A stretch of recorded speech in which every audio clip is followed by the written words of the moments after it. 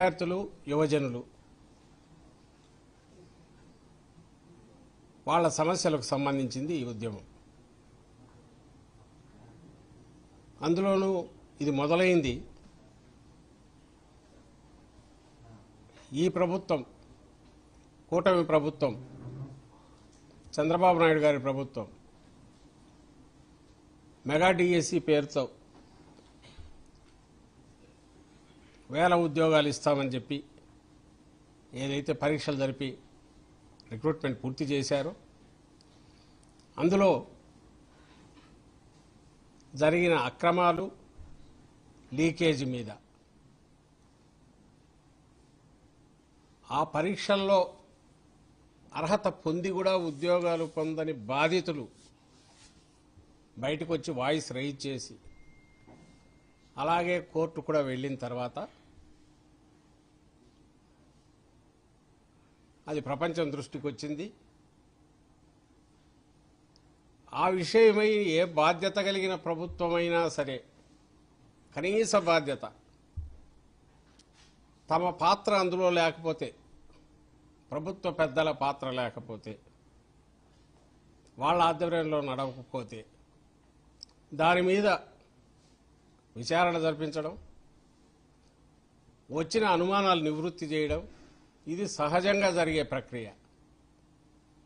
కానీ ఒక్క మన రాష్ట్రంలో మాత్రమే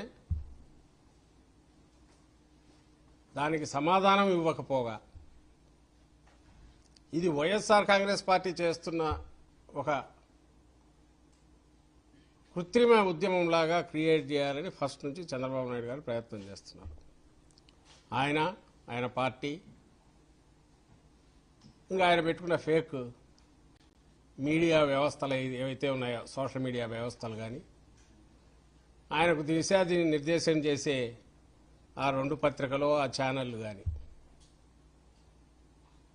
వీళ్ళు పెట్టుకున్న అజెండా ఏంటంటే ఏమీ జరగలేదు, అంత బాగుంది, వీళ్ళు అధికారంలో లేరు, ప్రతిపక్షంలో ఉన్నారు కాబట్టి గొడవ చేయాలి కాబట్టి చేస్తున్నారు వైఎస్ఆర్సీపీ వాళ్ళు అనే ఇంప్రెషన్ ఇచ్చే ప్రయత్నం చేస్తున్నారు.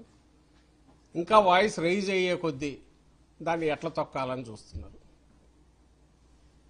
ఇన్ని రోజులుగా జరుగుతున్నది అదే, ఈరోజు అదే జరిపే ప్రయత్నం చేశారు.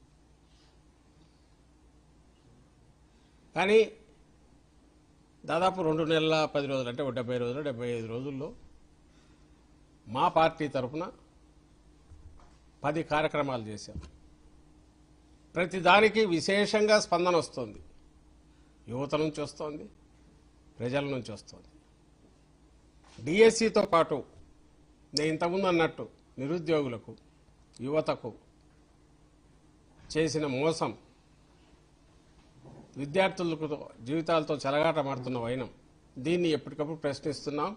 అది కూడా దీనికి జోడించి, ఎందుకంటే ఇది మొత్తం యువతకు సంబంధించింది కాబట్టి వైఎస్ఆర్ కాంగ్రెస్ పార్టీ ఒక ఉద్యమంగా టేకప్ చేసింది. మా పార్టీ దీంట్లోకి అడుగు పెట్టడానికి ముందే, ఉద్యమం టేకప్ చేయడానికి ముందే జగన్మోహన్ రెడ్డి గారు విలేకరుల సమావేశం పెట్టడం ముందే,